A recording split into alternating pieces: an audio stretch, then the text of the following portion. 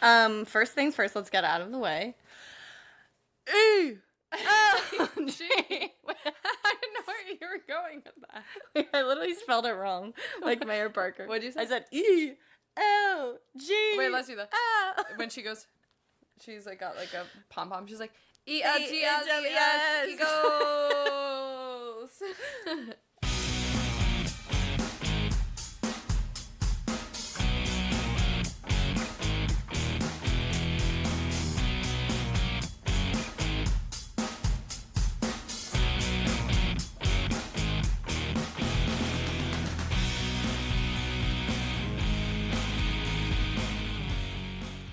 But no, for real, go birds. Welcome in to the podcast. The water's Grab a fine. seat. Grab a seat on the couch. All are welcome. Yes. Even if you're a Cowboys fan, this is a couch for all. I'm sorry if you, at some point in this podcast you can't see my face. I'm wearing a little hat. As you can see, we're in matching outfits. Mm-hmm. And also the Eagles are playing their first game. Yes. And in if 45 minutes. If you can't see my face or my hair, that was on purpose. So, good.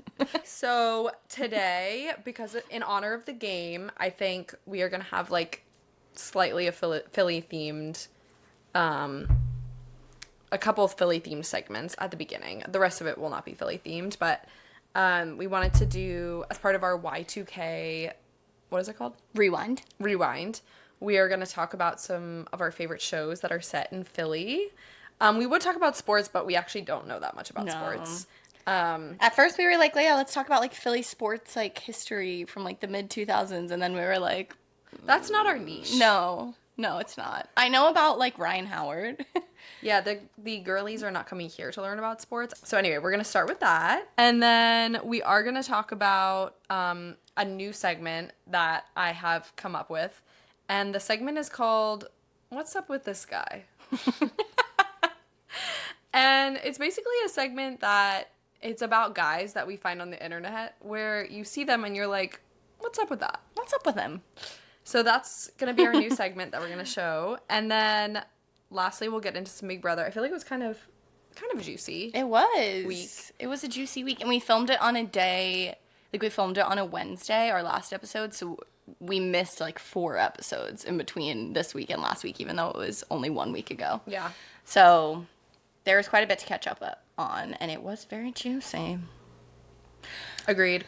All right. So Are you going to tell what you're having for to drink? Oh, yeah, for to drink. I am drinking out of Maddie's personalized cup that her boyfriend made her, and it's got the Eagles on it, and it's also got Phillies and our high school, which you can't see, and Kona the dog, Our producer, our sound producer, and I'm drinking another pumpkin ale in this one. Yes, and I'm having a hazy IPA, and this was a glass that I got for free. Cheers! Cheers! All right. So, yeah, so I guess maybe I'll just kind of run down the list of shows that are like, I just Googled shows that are based in Philly, and a lot of them I already knew about, or like Philly is in the name, but some of them are new, or like I didn't know. So we can talk about which ones we like. So the first one obviously is It's Always Sunny. A classic. And I didn't ever watch that show until, like, the last 6 months. It's very funny, but it's kind of a hard watch. Yeah. You definitely have to go into it knowing what to expect. Like, I think I watched the first episode, and I was like, wow. Like, I was a little in awe of... It's very crass. So crass. Very crass, and it's very... I would say not PC by 2025 standards, but also I think it wasn't really PC by like 2002 standards. How either. old is it?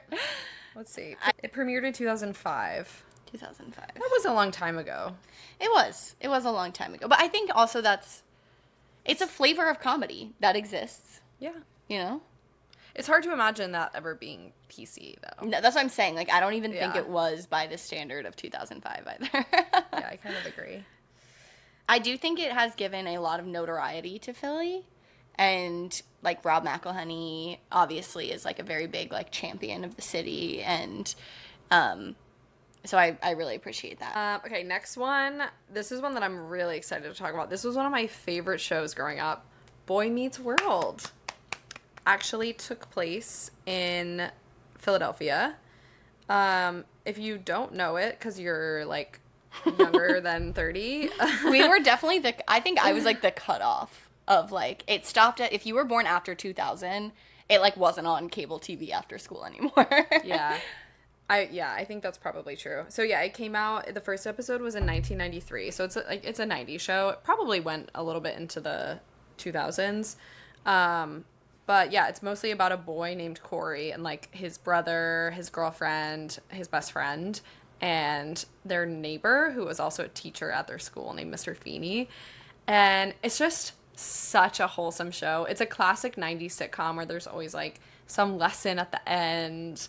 And it's always, like, a touching moment where, like, Corey, like, learns how to be a nicer person or whatever, a lesson that Mr. Feeney teaches him.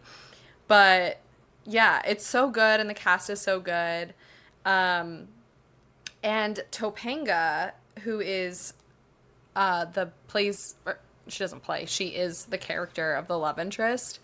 Danielle Fishel is the actress. Yeah, do you want to say? She is going to be, drumroll please, on this season of Dancing with the Stars. One of many of probably the best Dancing with the Stars cast I've ever seen in my 26 years of life. And she looks just as fabulous as she did when she was Topanga, I would say. Yeah, we were saying before this that woman has a head of hair on her. Oh. And she still has the best hair I've ever seen. The best hair. Like, Google her. It's unbelievable. She has so much hair on her head. I'm just honestly salty. It's actually triggering to me right now. I actually don't really want to look at it because for those of us who are blessed with 3 strands total, yeah, it's a little frustrating. Okay, so Boy Meets World, so good. Iconic. I had a crush on his bestie. Sean. Yeah. Or there's the brother. No. Sean's his bestie, his best friend. He's a little prankster. He's a little shitster. He had the most, like, quintessential 90s haircut. The flow. The middle part, like, Max from Hocus Pocus kind of situation. Equally, like, class clown kind of vibe. And let me tell you, little Maddie was eating it up.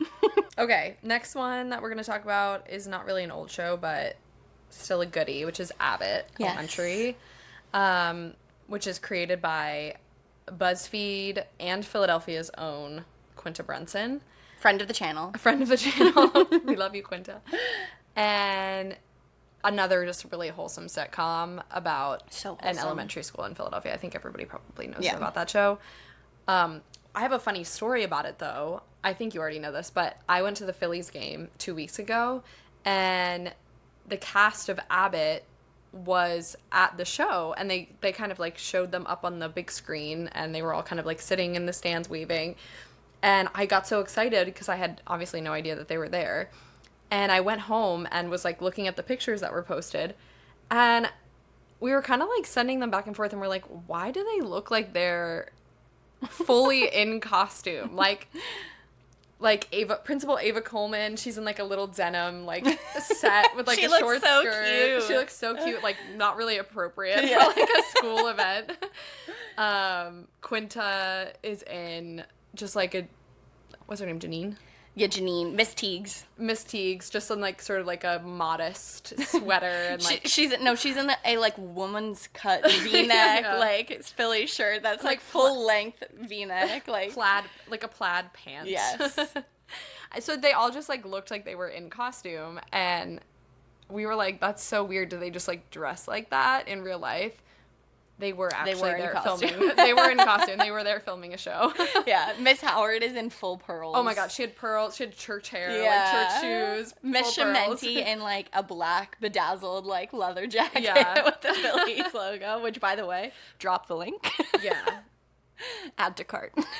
And she's from Philly too, right? She actually isn't, but I just thought of this. I've decided the game that I'm going to play for the rest of the episode.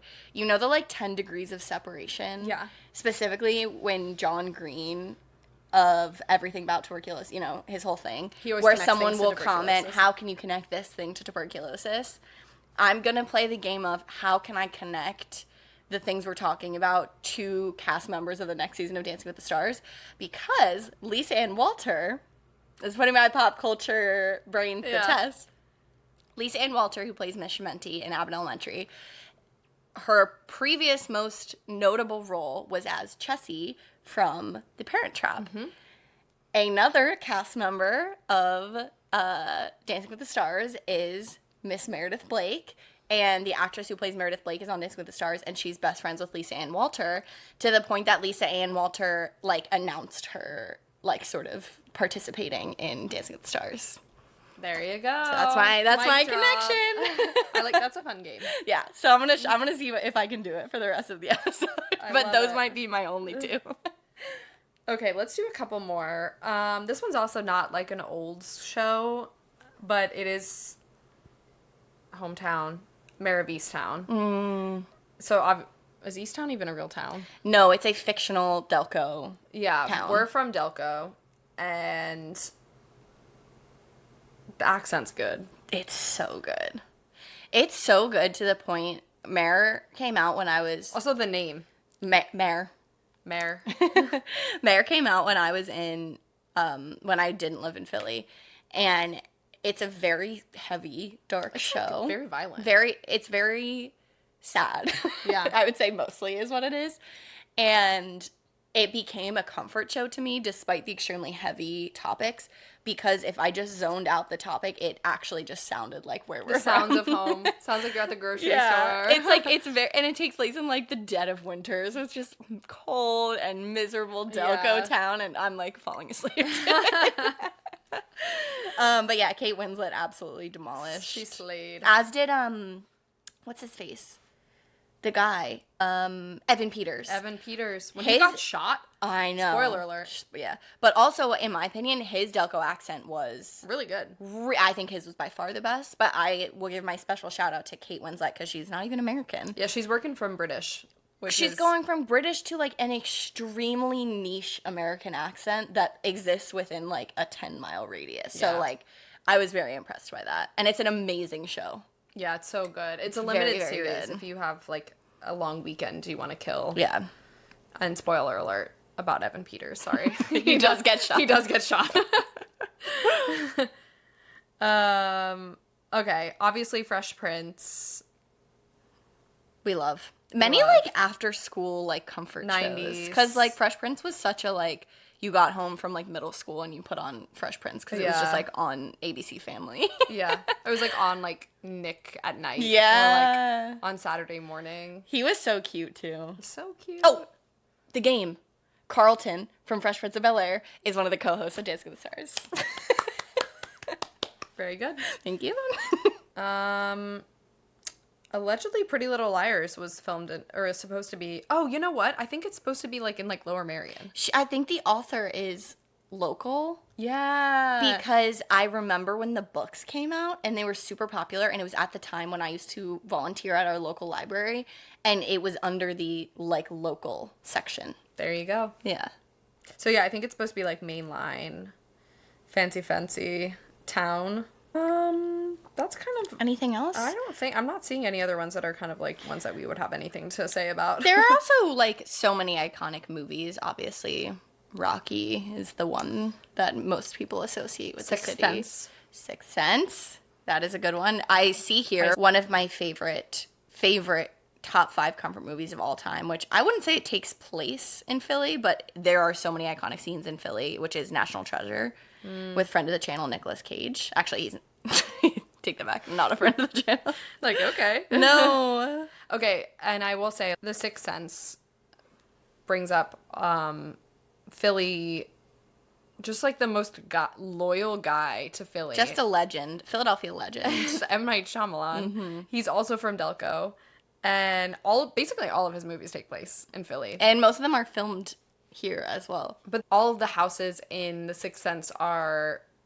filmed in Center City. Yeah. And they're all kind of recognizable locations and famous streets or whatever. Yeah. I've personally walked past like sets and asked the people what was being filmed, and it's been multiple M. Night Shyamalan like things. I don't really watch them because I'm a huge baby. Have you never seen The Village? No. It's based off of, it was like sort of loosely based off of Gathering Blue. Oh, the book? Yeah. Oh yeah, no, I've never seen it. It's really good. It's actually kind of scary though. Maybe you would be scared. I'm a baby. I'm a big M. Night fan. Some of them are so bad. We watched one, The Trap. That was so bad. That was like on Netflix for a while. About like a serial killer. It takes place in Philly. Yeah. The one that Ronald Weasley, Rupert Grint stars in, Yeah. that was filmed like a couple years ago when I lived here. It was right by my old apartment. And I was like literally perched at the window being like, if I see Ron Weasley walking past my apartment, I'm going to actually lose my shit. But He was we at, didn't see him. he was at like Camp Co, which is the late night eats spot at Villanova. Really? Yeah, when he was filming that. That's so crazy Yeah. and random. Okay. Well, I think that wraps that segment. Yeah. I feel like we talked a lot about it. Yes. Oh, and I'll give one quick shout out. This is a documentary, and it's on Netflix, and it was actually produced by the Obamas. Malia? Yeah, Malia. But I think like Sasha is like listed in the credits as well. But I think Malia is sort of the main one. But one of the things that they did is this documentary, and it's about if you're a Phillies fan or a Philly sports fan or just really a baseball fan at all, you might know a couple years ago, one of the best players on the Phillies right now is Trey Turner. And a couple years ago, he was in a really, really bad slump. And to the point where, in true Philly fan fashion, every single game he was like getting booed. And it was just overall like horrendous vibes, which, by the way, we do not stand by the booing. That's not our flavor. I love sportsmanship. We love supporting our team. But he was just really struggling. And on WIP, which is like the local like sports radio, they were like, okay, everyone, at the next game, like, why don't we just try being nice to Trey Turner? Like, why don't we just try giving him like a standing ovation?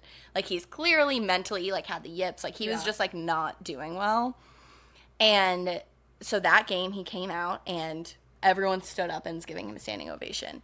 And he ends up getting his first hit in like, what do you know, 3 months during that game. And then he proceeded to have like an insane run and into the postseason. We made it to the World Series and all that stuff.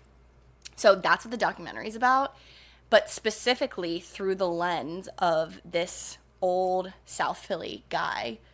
And he's one of the guys that he like has a social media presence. Like he's best credited for like bullying Ben Simmons out of Philadelphia. Like he would follow around his car. Like this guy's crazy. It's harassment. And it's for sure harassment, but it goes sort of into it like sort of tells the story of his life. It tells the story of how he got to where he is and his mental health. It's about mental health, and it's like the dichotomy. It shows Trey Turner and it shows him, and it's about their mental health and it's about their journeys. And Chris and I were aggressively weeping by the end of this, not just because we're Philly sports fans, but it was about like redemption. It was about mental health. It was about giving yourself a second chance. It was about overcoming things. And it was extremely freaking good. So that's a documentary if you're into like sports, or honestly, if you just like an inspirational story. It was very good. Well, there you go. There's a rec. A Beck's Recs! Yay. And it's called The Turnaround on Netflix. Tells the story of Philadelphia Phillies superfan John McCann, who rallied to support Turner during a difficult 2023 season. Okay. So now I think we can go into our next segment. We're kind of like leaving Philly world and moving into more of like just random. The depths of the internet. Yeah. So this is my new segment called What's Up With This Guy? So this man came across my desk, and I've never heard of him before, but he has a lot of followers. So the first video that came across my desk is a video of a man who appears to be doing a red carpet walk, and it's a really high def video, and the caption says, "When you are aura farming so hard, the two main characters of the movie come to compliment you." So this man is clearly like at a movie premiere, the one with Jacob Elordi and Oscar Isaac, I don't even The know. Frankenstein one? I guess, yeah. So he's there on the red carpet posing. So he's flexing. He's got barrettes in his hair. He's taking some barrettes out of his hair, which looks triggeringly like mine.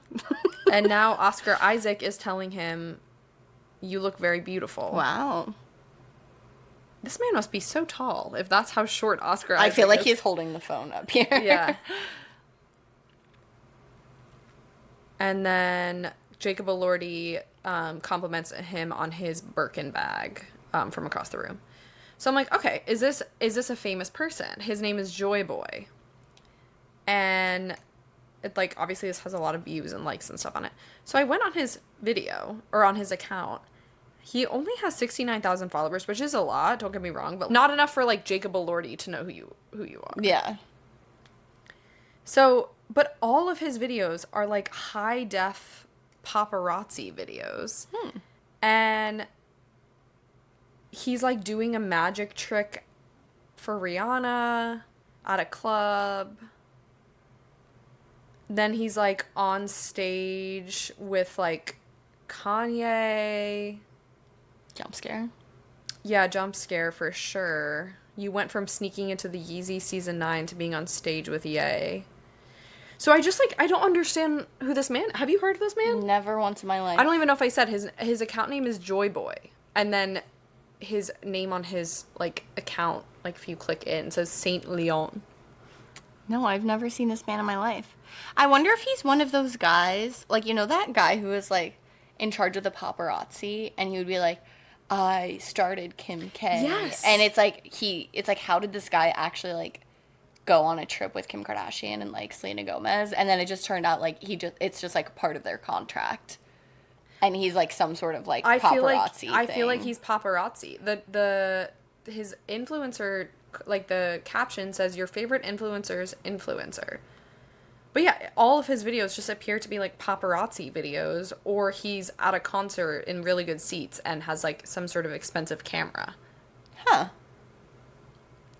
He's just a professional fanboy. I guess. Which period? So this person's one to watch for. I'm very intrigued by him. If anyone knows anything about Joy Boy, sound off in the comments. Let us know. I feel like we're going to be hearing about him. Maybe. If he's coming across my desk, I'm sure other people are talking about him. I think we have a couple of additions to the What's Up With This Guy segment. And I have a quick one. And this is not one particular guy. I'll give you an example of one of the guy's names because it's the only one I can remember, which is Chase Ridgway. But this is a particular flavor of influencer that has come across both Julia and my desks, where it's like a 23-year-old that lives in some, like, large city in the South. Atlanta, Just absolutely Austin. cracked out doing their corporate job. Like, these guys, and every video is the same. It's like, if you can't match my energy, like, get out. And it's this guy waking up at, like, 3 a.m. being like, run club. And they're, like, running shirtless. And they're, like, hitting the whoa and hitting the folks, like, throughout the day. And, like, they're, like, banging on their chest. And, like, they're going crazy. They're eating a ton of ground beef. Yeah. And, like, they're, like, taking pictures with, like, random girls in, like, a club in Atlanta. And then everyone in the comments is insanely supportive. Very positive. Very positive. And I'm like, where did they come from? It's like my whole entire For You page. I have a screen recording of me scrolling through my thing, and every single video is a video of, like, It's a a whole new cracked out genre. white guy with a six-pack, like, eating ground beef and, like, going At to their 4 tech a.m. job. And I'm like, where did this come from? I think it's because I send them to you that my algorithm thinks I'm interested in Well, I them. definitely think that's true, but I wonder if their audience is predominantly women and not men. Because obviously the people who watch, like, What I Do in a Day videos Are usually women. Yeah. So it's sort of a new genre of, like, guy What I Do in a Days. That's really true, because that sort of lifestyle vlogger used to only really exist within, like, the female influencer space. And, like, men would be doing, like, different stuff. But I feel, to your point, I think this is maybe, like, just the new frontier. And this is just the version of, like... It's, like, probably a new generation, too. They've, like, come up, like, of people who... Is this just like the boy version of like a girl's what I do in a day, where they just like get a matcha and like go to like Solid Core and then like log into their marketing job? Self roast, by the way. Yes, We do all of those things. By the way, that's both of our morning routines. Yeah. So self roast. But yeah, that's sort of my what's up with this guy. And check out Chase Ridgway. He actually seems like kind of a nice guy. I'm like, I have no hate. No, These it's no guys hate. seem like wholesome. They just came out of nowhere, and I'm like, where did you guys come from? I wish I had their energy. I know. Maybe I should try eating ground beef skillets. Okay, so I have one more sort of pop culture thing that I've been seeing on the internet. I have seen actually almost nothing about this. This was like, I fear this is sort of hot off the press. You know KJ Apa I do. of Riverdale. I do. Are you familiar with his like regular Instagram page? I follow him. That's embarrassing. How would you describe it? Sort of edgy, sort of like Kooky. He's kooky. He's sort of like Gen Z guy that posts a picture of like a cigarette butt on the asphalt and like a picture of his like mustache, and it's like a blurry picture Like of his zoomed like in. of his like black coffee. And with then like it's a cigarette. And then like you swipe and it's like a random picture of a lizard. Yeah, or it's like a picture of him from like this angle. Yeah. I wish I was that cool. Yeah. Mine's like a boomer, like I'm like, August photo done with my girlies. I hope this is not going to age poorly, because I'm pretty sure this is the determination. But there is a young man on TikTok whose account name is I am the real Mr. Fantasy. And it's a KJ Apa character. Yeah. And so he looks like this.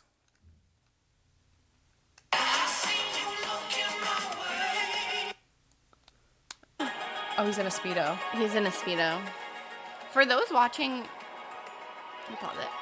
For those watching on the audio, it's KJ Apa in essentially an Edna Mode style wig and like fake buck teeth, Yeah. sort of frolicking around a beach in a Speedo with his. You know what it bits is? out. It's Austin Powers. Yeah. Inspired. He's KJ Apa, who's like a Kiwi, I believe he's from New Zealand, is doing a British accent, like a British character named Mr. Fantasy. I believe it's a music. Like he's a musician. So Is this a movie that's I coming think it's out? like a Ziggy Stardust. No, people thought it was like a movie inspiration or like movie promo, promotion? but it's not. I feel like it is. Well, maybe, but What that does the hasn't- link in the bio lead to? His music. It links to his Spotify. Is it real music? He's a Oh, single it's a single. called Mr. Fantasy. So anyway, I was so confused to see this but he also has not like come out and said this is KJ Apa It's clearly him. or KJ Apa I'm doing a character called Mr. Fantasy. There's the caption under his like Spotify account. This is his bio on Spotify. My music is my beating reason, my raw heart manifested into colorful sonic waves. My music is my smile, my long, wet tongue, my thrusting hips. My vibration caused the cracks in my teeth, the tears in my eyes, the blisters in my feet. The sounds you hear will possess you. They'll wrap you up like a baby blanket, like the softest womb, with whispers and moans coming from the underworld. Welcome to my world, another dimension where dreams are gripped like cold Guinness, where shapes are made from love kisses. Leave your troubles behind and give your fears to me. I can be your Mr. Fantasy. Now, where were we? Poetic. That is terrifying. Yeah, so that's Mr. Fantasy. I think we'll have to stay tuned to see what happens there. Watch the space. My guess But is... KJ Apa is so like conventionally good looking, but he is a weirdo. All actors and actresses are grown-up theater kids. So Yeah, you're right. they're all weird. He, I think, is like the flavor of weird that like, I don't know, like an edgier type of weird. I actually don't even, like, I feel like maybe the way I said that seemed like I was saying it in a negative way. I think juxtaposed with his, sort of most famous role, which is Archie Andrews in Riverdale, who's, like, the most, like, hetero guy. Yeah. Like, Riverdale is, like, we'll have to do a whole deep dive onto Riverdale one of these days, because what a crazy show that is. But, like, KJ Appa is so not Archie Andrews. Yeah. Yeah. My guess is the Mr. Fantasy thing is promotion for a movie. Yeah. That it's a character. It's definitely very, like, yeah, baby.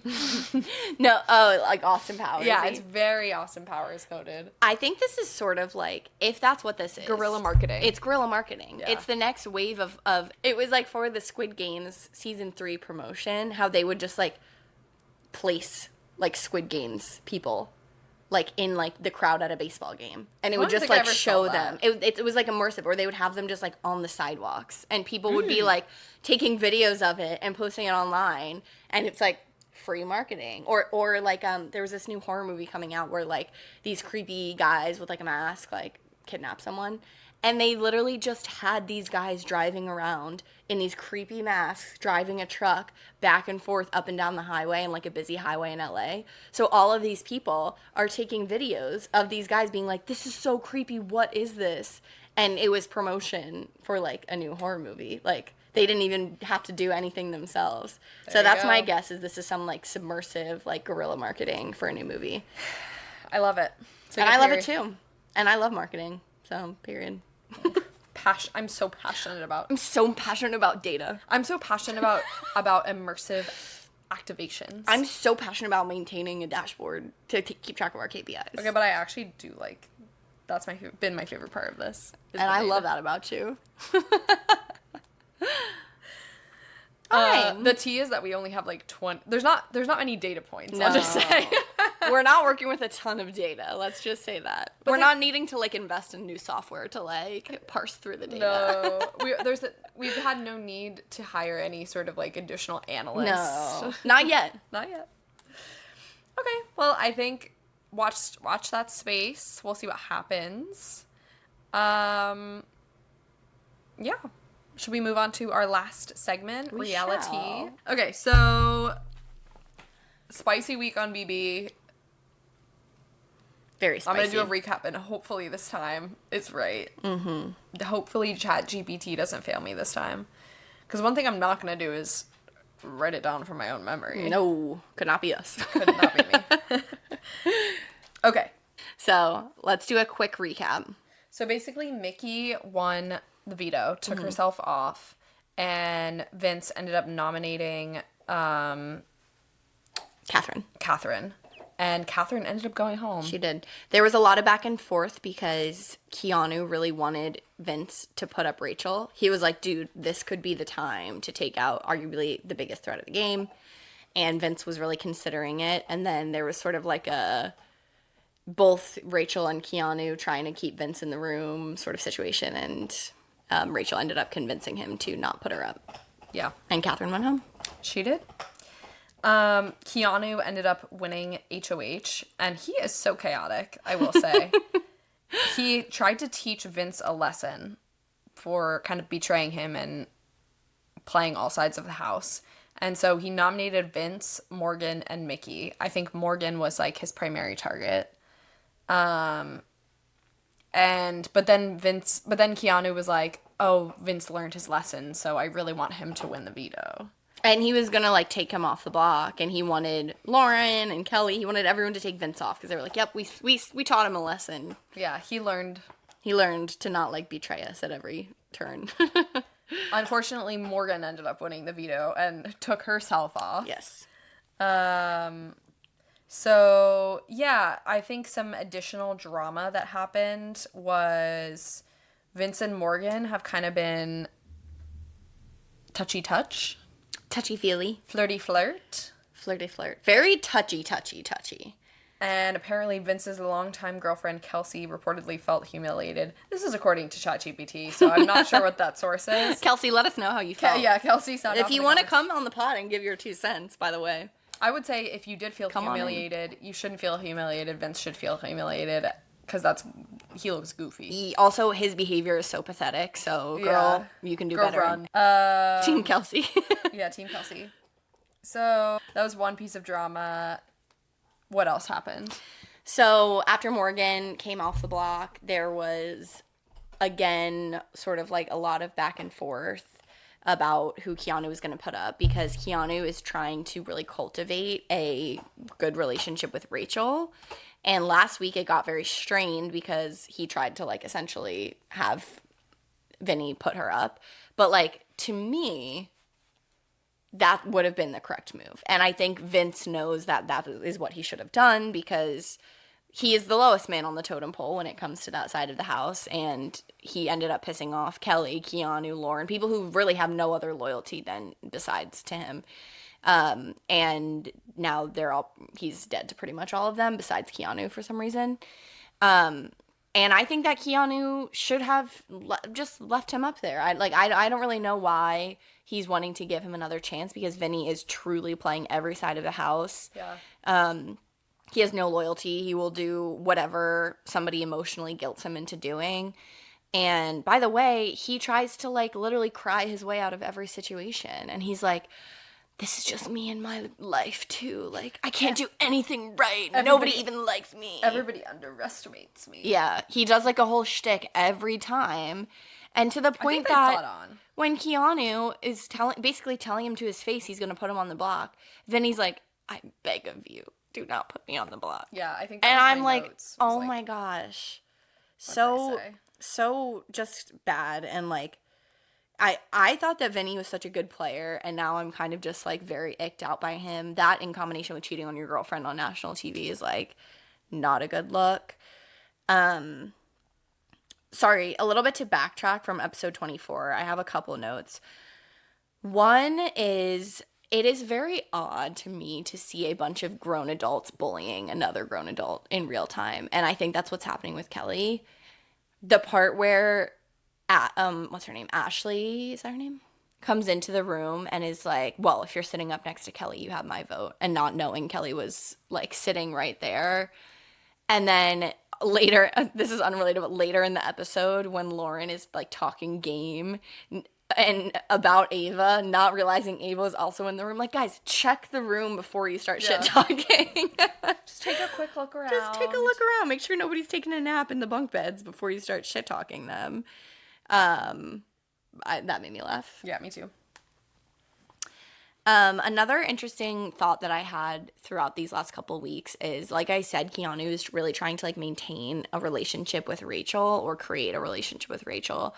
And Rachel, when they've like they have a very on again, off again, like friendship / like working relationship. And whenever they're in a fight, Rachel is always like, Keanu, you're literally obsessed with me. Like, leave me alone. Like, why are you so obsessed with me? And, like, when they fight, it's a little, like, obviously Rachel's, like, very happily, notoriously married to, like, somebody she met on Big Brother.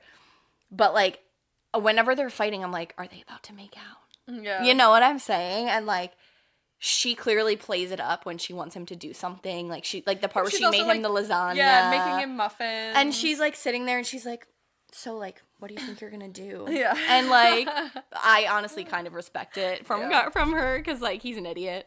But, like, their whole, like, back and forth, I'm like, is he in love with her? Because, like, his instincts last week where he was saying, Vinny, you need to put her up, were correct. And this week, he put up Ashley, probably pissing off Rachel beyond repair. And I'm like, why didn't you just put up Rachel at that point? You're not going to work with her anymore. She does not trust you. She doesn't care about you. You're like the 20th man on her totem pole. Yeah.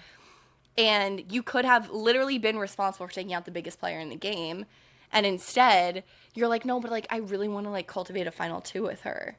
And I'm like, I think he is why? I think he's in, it's the only logical explanation for his behavior, because he's pretty spot on about everything else, it seems. And he's clearly smart, and he clearly has like a game centered mind. But I'm like, he must be in love with her because he's being really dumb. Yeah.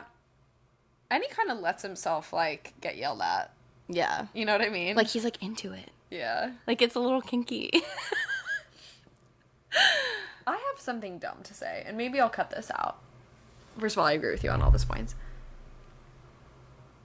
When Ashley was, like, popping off at the veto meeting about how she was so mad that she got put up on the block, and, like, beforehand when Keanu, like, let her know that he was gonna probably nominate her.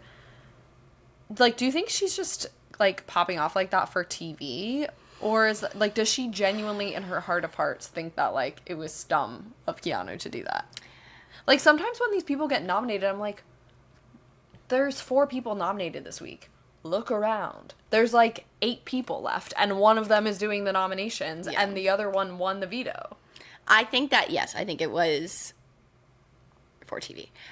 This could be like really conspiratorial of me to say, because to your point, it was very clear that he had 2 options of who he was going to put up, because the other 2 are his closest allies. So he has 2 options. One is Ava, one is Ashley, and I guess he could have put up Will, but like, whatever.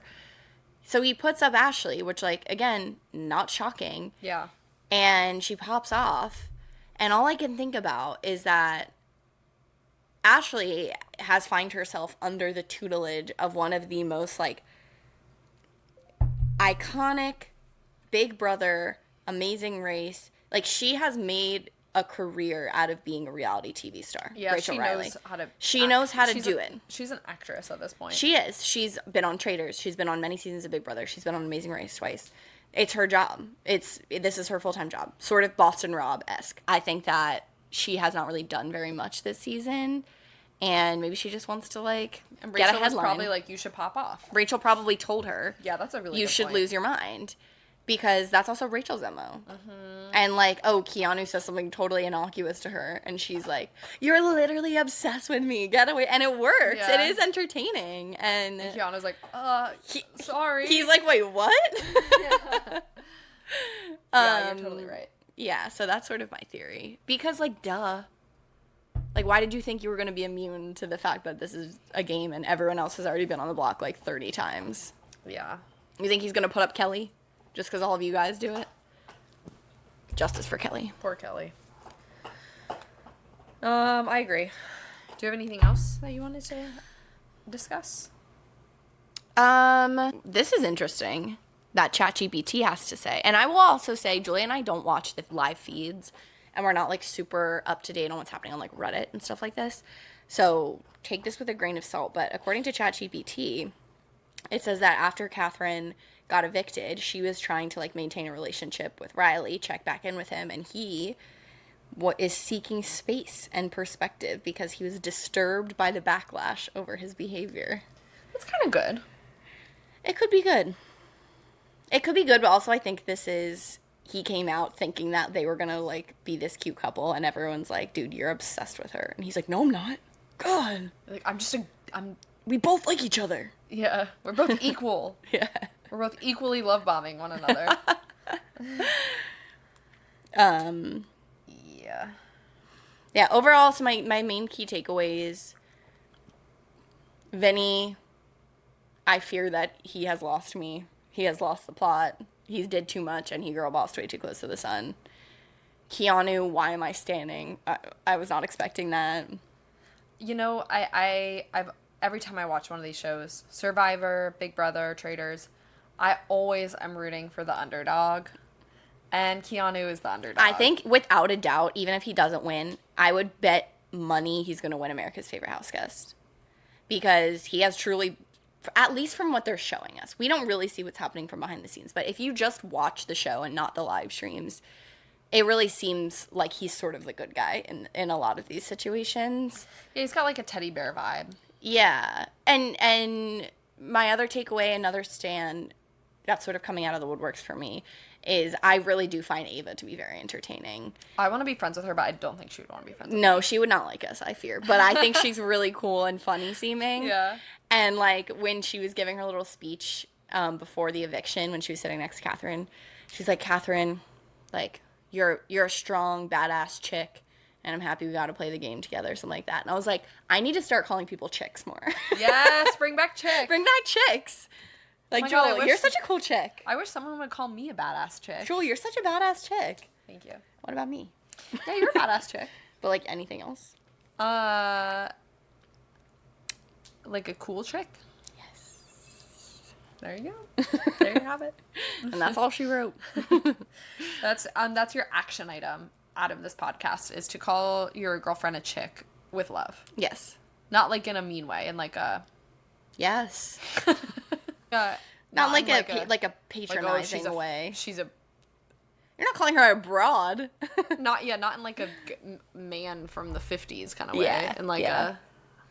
a Or like an early 2000s like magazine being like, these are only for chicks. yeah. Like manners, Mansers. Mansers style. Yeah. Like chicks love boobs.